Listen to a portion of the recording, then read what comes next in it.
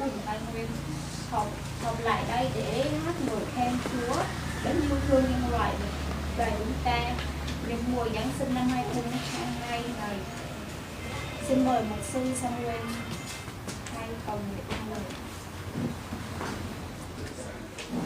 Đứng dậy. Vì nghi cái thằng nan yang Yesus Christ di mai ở ai mà ngoại xin cho thấy bút lại rung rang lại lan một lại bị giết lại yang Satan ngư bông ta Islam này câu cực ngàn nọ cái yang ấy sang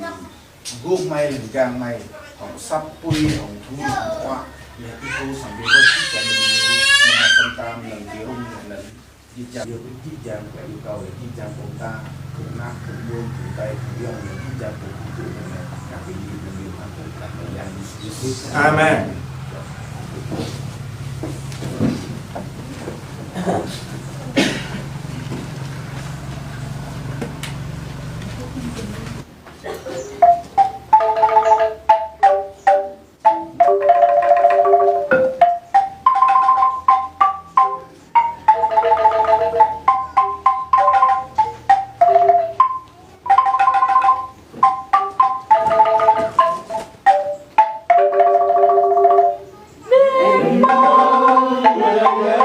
Sinh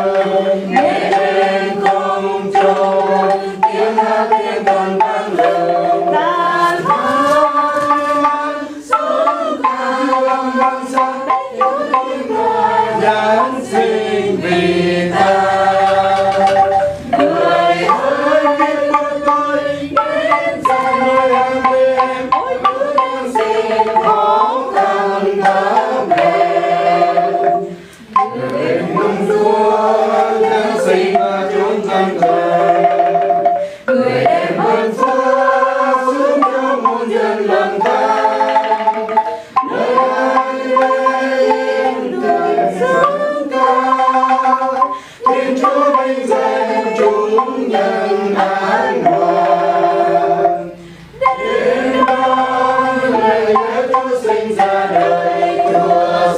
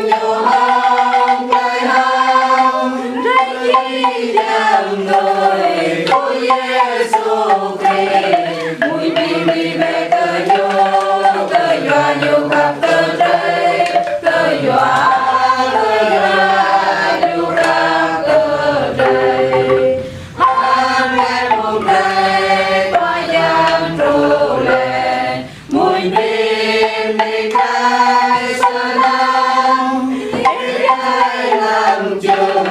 đã có tàu dầu hương lên nhân Giêsu Christ đây dùng nhiều hồng tay hơn đây dùng nhiều hồng tay hơn Amen hôm nay cô vì tôi trụ nhiều năm ai kia xin lên nhiều em đây này chẳng lúc cơ dày nhiều ngày giang hồng xanh lấy sơ nần đầy đào cơ nhu sơ nần đầy đào cơ nhu.